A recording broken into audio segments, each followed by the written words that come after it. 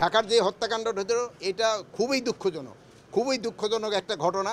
এটার জন্য আমরা অলরেডি 5 জনকে আইনের আওতায় নিয়ে আসছি। গতকালকে র্যাব 2 জন ধরছে, ইশারা 2 জন ধরছে, ডিএমপি 2 জন ধরছে, আজকে রাত্রে 1 জন ধরছে।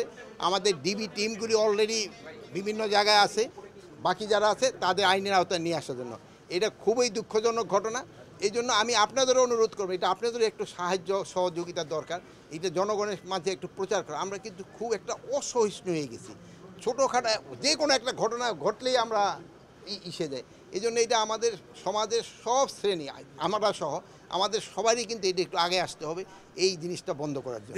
সবাই বিষয়টা হচ্ছে শুধু স্পেসিফিক একটা ঘটনা না, আমরা দেখছি যে আমি বলি শোনেন, আমি বলতেছি, এই ঘটনাগুলি ধরেন, এরকম আরেকটা ঘটনা ঘটছে চাঁদপুরে, যেটা ঘটনা ঘটছে ওইটা আমি শেষ আর তো আপনারা সব কটা জানেন, তা আমার তো উত্তর দেওয়া দরকার। ইসে যেই ঘটনাটা ঘটছে চাঁদপুরে একটা ঘটনা ঘটছে, এইটাও আমরা আওতায় নিয়ে আসছি। তারপরে আপনারা জানেন গতকালকে ওই বিমান যে কাঠমান্ডু যাইতেছিল, ওখানে একটা কিন্তু ঘটনা ঘটছে।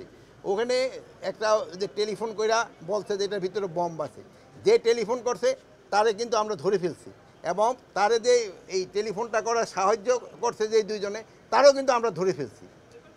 তারপরে আপনার এই যেগুলি হচ্ছে আমরা কিন্তু সাথে সাথেই কিন্তু অ্যাকশন নিচ্ছি। এখন যদি বলেন যে স্যার ওই যে টেলিফোন করার বন্ধ করলেন না কেন, এটা তো আমাদের কাছে সময়, ওনার টেলিফোনটা তো আপনাকে হাতে, এখন তো আপনারা টেলিফোন তো করে ফেলছেন। আমরা টেলিফোন করার পরে আপনার এই যে একটা মিথ্যা সংবাদ দিচ্ছেন, ওই সময় আমরা ব্যবস্থা নিতে